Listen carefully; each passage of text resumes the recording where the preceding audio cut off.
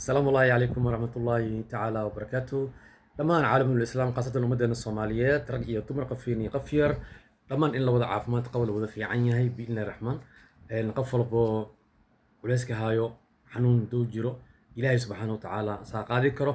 الله هنقا وضع خاضو انتي عافمات قبطنا الله أزائدي فلنقينتينا qodobkeena koowaad koobkii tartanka haliyadana wadda oo si xiise leh u socdo kulanka maanta laga ciyaari doono kooxaha Antargenio iyo kooxda Killer. qodobkeena labaad tartanka Africom ama tartankii Kafa qaaraddeena Afrika ee dalkaasi Morocco wareegga 16 oo maanta bilaaban doono Senegal iyo Suudaan iyo Mali ay la ciyaari doonto Mali iyo waxa wada ciyaari doonaan Tunisia. sida aan ognahay waxaa si xiis leh u socdo koobkii haliyada nabadda tartankii koobkii haliyada nabadda labada koox maanta wada ciyaari doonaan oo kala ah Killer Maxamuud Killer iyo kooxda Antargenio runtii ciyaaraas si xiis leh u socdaan waa kulamadii saddexaad ay wada ciyaari doonaan kooxahaasi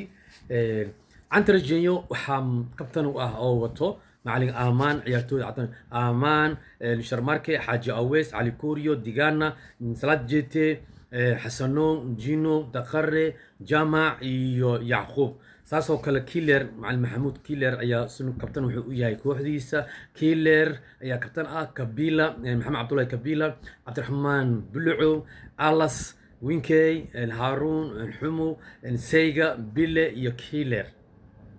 soo marka labada koox laba kun ay soo ciyaareen Killer kulan uu soo adkaaday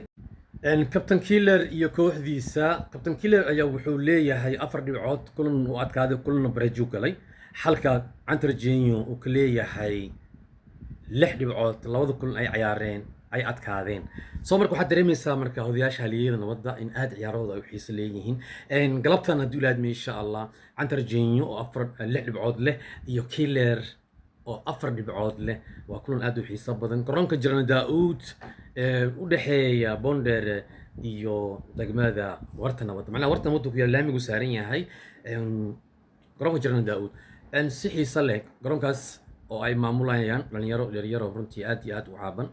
oo dadkii horan qaar kamid ay ku jiraan waxa ciyaarana waaliyadii hore oo dadkii hore berisamaadkii la arki doonay galabtan hadii laad insha Allah labada kooxood kooxdii nasiibka u saaciido ama kooxdii adkaato qodobkeena labaad